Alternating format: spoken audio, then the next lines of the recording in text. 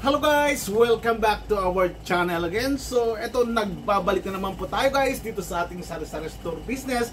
At kunting-kunting update lang po tayo dahil sa mga deliveries po natin ay napakabilis na pong mag-deliver yung ating mga ahente. Dahil nga papasok na nga po guys yung ating pasukan ngayong parating ng July. Kaya ano na po tayo ng mga pambata kasi ito nga po yung mabenta dito sa ating tindahan, kaya nag-stock na po tayo. So sa lahat ng ating mga ka-team kasari dyan, may shout out sa inyong lahat. So balik school na naman po next month at ito nga naman po tayo, alam naman po natin kung gaano ka-busy yung ating tindahan kapag nagsimula ng school days. At ito po yung ating Lemon Square ang ating i-update ngayon dahil ano na po guys, napakarami na pong dumating ng Lemon Square, yung ating cheese na mabentang mabenta, yung ating bagong flavor na chuchu ay super mabenta po dito sa atin, lalo na kapag nagsimula ng school days guys, dahil hindi po pwede magdala ng mga ibang pagkain sa loob ng school kung hindi po yung mga to. So mayroon din po tayong lava cake, mabentang mabenta po yung ating lava cake dito sa ating tindahan. Kapag lumabas po yung mga bata guys ay napakadami po yan at talagang hirap na hirap din po dito. Kahit dalawa po kami ni Mrs. kapag sabay-sabay po lumabas yung ating mga customers na bata ay kailangan nakahanda na po yung ating mga ibibigay na pagkain sa kanila, ibibigay na snack sa kanila, lalo na yung mga lava cake, lalo na itong ating lava cake na chocolate, isa din yan, at saka yung lava cake na may cheese dito sa loob at mapakabenta po ito guys. So huwag po tayo magpapakawala ngayong parating ng school days. Alam naman po natin, kapag unang araw, unang linggo, ay talaga po yung mga pera ng mga bata niyan ay malalaki po at mararami pong pera yan. At hindi po sila nagpapatalo sa mga iba nilang classmates. Kailangan uubusin nila yung pera nila guys. At ito nga po yung ating i-update ngayon. Ang benta po natin dito sa chuchu, ang bawat isa dito ay 10 pesos na.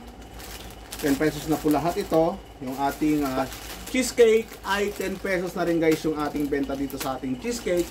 Huwag na po tayong magpapaka ano pa sa ating mga presyo. Kailangan sabay-sabay na po natin, pagsabay-sabay na po yung presyo para hindi po tayong malito. Yung ating lava cake ay 10 pesos na rin guys yung ating benta dito sa ating lava cake. So ano nga ba yung iba pa nating paninda na dapat natin idagdag sa school days?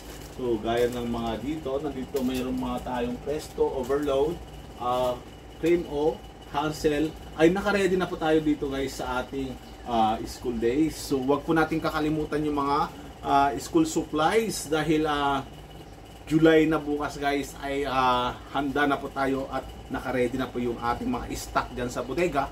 At ayaw na ayaw ko po yung pagdating ni estudyante sa unang araw ng pasukan ay magkakaubusan agad yung ating stock. So kailangan marami po tayong stock, lalo na yung mga papel at saka ballpen. Alam naman po natin na before mag-start ng klase ay may mga binibigay ng mga LGUs na mga gamit ng mga estudyante ay alam naman po natin yan. So kailangan mag-adjust po tayo.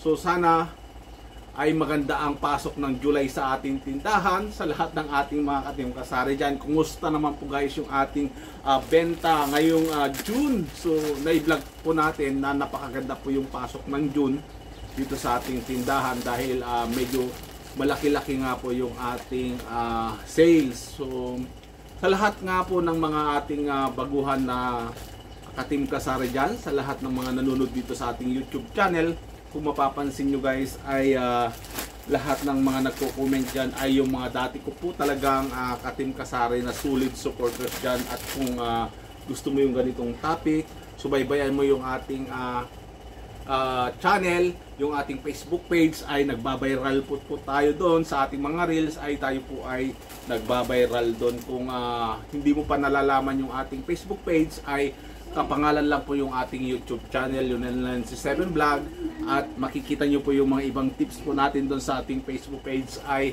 nagbabiral po tayo doon. So ayun, kitang-kita naman dito sa ating harapan guys ay mabenta na yung gamis, yung ating mga bata dyan na ang dami na po naglalaro naman sa kabataan dyan sa court. Kahit hapon na napakainit, ay nandiyan pa rin sila guys sa harapan ng ating tindahan. So ayun guys, ay magdi-display po tayo dito sa taas. Lalagyan po natin dito yung mga laman, yung ating cheesecake. So marami na po tayong stock na cheesecake. So naka-ready na po talaga yung ating store. So may mga nagtatanong, nagko-comment guys kung bakit daw hindi pinapasok ng mga kaibigan yung ating tindahan o kaya pinapasok ng langgam, kasi nga guys ay nakabube daw po yung ating bubong. So ayun yung ating sikreto, hindi po nakakapasok yung mababait dito sa ating tindahan. So dito naman sa harap guys ay ang problema lang po natin dito ay medyo alikabok lang kasi open store. So pero okay naman na mamanis naman natin dahil tulad nga ng aking sinabi ay araw-araw po tayong naglilinis, nag-aayos ng paninda.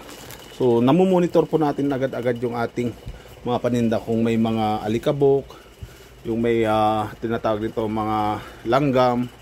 So namumonitor po natin agad, lalo yung ating inventory. So kukunti na naman yung ating tinatawag na gin bilog at saka yung ating sigarilyo ay bungal-bungal na. Sa lahat ng nagtatanong dun sa aking Facebook page kung ano yung sukat ng ating tindahan, so eto guys, makikita nyo ito ay 3x4 yung sukat nya, at yung ating istante ay medyo ano po yun, mahaba po yung ating showcase at mas medyo mahaba. So eto na lang ay pinatong ko na lang to guys dahil ano ko na to, paggawa ko na lang ulit ng sa ating aluminum glass. So ganito rin dito sa ating candy ay paggawa ko rin to, pinatong ko lang siya.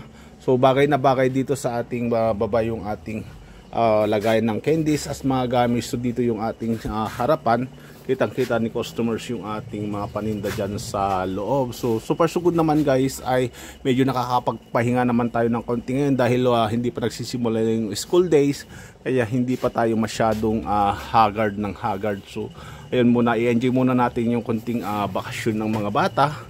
At kumpleto na po yung ating mga biscuit dyan sa taas. Update lang po tayo sa mga soft drinks natin guys. Yung ating mga soft drinks ay tuloy-tuloy lang po yung ating supply ng soft drinks dahil wala na pong problema doon sa logistics, doon sa kanilang delivery, doon sa truck ay nagkaroon lang po ng delays dahil doon na aksidente po yung truck na papunta dito sa atin. Kaya ayan po guys, ay stable na po yung ating supply ng soft drinks at tuwan-tuwa po ako. Napakalakas po yung ating ice, talagang umaariba dahil talagang ngayon ay medyo mainit, uulan ng gabi, kinabukasan ay pakainit po guys, at talagang ito po yung buwan na ito, ang oras ng taniman sa bukid ay talagang tiba-tiba po tayo sa ice, sa mga soft drinks ay case po yung kanilang kinuha. So napaka-bless po natin dahil kahit maliit nga po yung ating tindahan, kung ikukumpara po natin sa ibang tindahan ay medyo okay naman po yung ating benta. Kaya kung ikaw ay nagbabalak magtayo ng tindahan, wag mong isipin na kahit maliit yung pwesto mo, kung talagang maraming community sa pwesto mo at maraming bumibili ay talagang panalo ka dyan guys. Basta mayroon kang istakan, kagaya sa akin, yung aking bodega ay medyo punong-puno. Kapag maraming bumibili, refill lang po na tayo ng refill, parang hindi po nababawasan yung store natin. Pero guys, ang techniques po natin ay mayroon po tayong stock dyan sa loob. So ayun lang po guys yung ating latest update dito sa ating tindahan. Napakasarap po kapag mayroon po tayong sariling produkto at sariling negosyo, o kaya may pinagkakakitaan araw-araw. Kasi kapag ikaw ay empleyado, ay kahit maghapon ka, kahit napakadami mong overtime yan guys, ay hindi mapapasayo ang kumpanya kung hindi ikaw ay habang buhay na utusan. Hindi kagaya dito sa sari-sari store, kahit konti lang yung iyong kinikita, pag marunong kang umipon ay mabilis lumaki ang iyong tindahan. So may shoutout sa lahat ng mga ating mga OFW, sa lahat ng ating mga ka-team kasari dyan.